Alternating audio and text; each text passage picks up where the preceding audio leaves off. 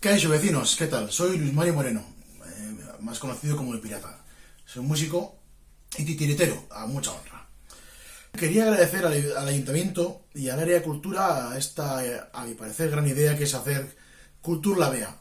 Nos han convocado diferentes artistas de diferentes ámbitos del pueblo para que hagamos unas piezas en vídeo con los medios que tenemos cada uno en nuestra casa y desde casa, por supuesto. Unas piezas de vídeo con lo que nos apetezca para compartir con vosotros. Bien, yo me he basado en el centenario, nuestro querido centenario, la pieza que abre, la pieza musical que da comienzo a las Madalenas y da también final a las Madalenas. Y me he basado en esta obra haciendo una especie de juego, un paralelismo de tiempo.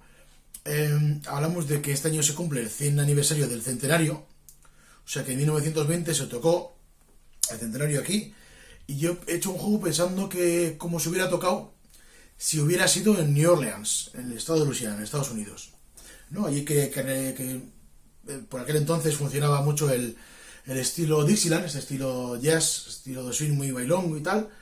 Pues he querido hacer un divertimento, una chanza del centenario, de nuestro centenario, al estilo de New Orleans, como lo haría una banda de New Orleans.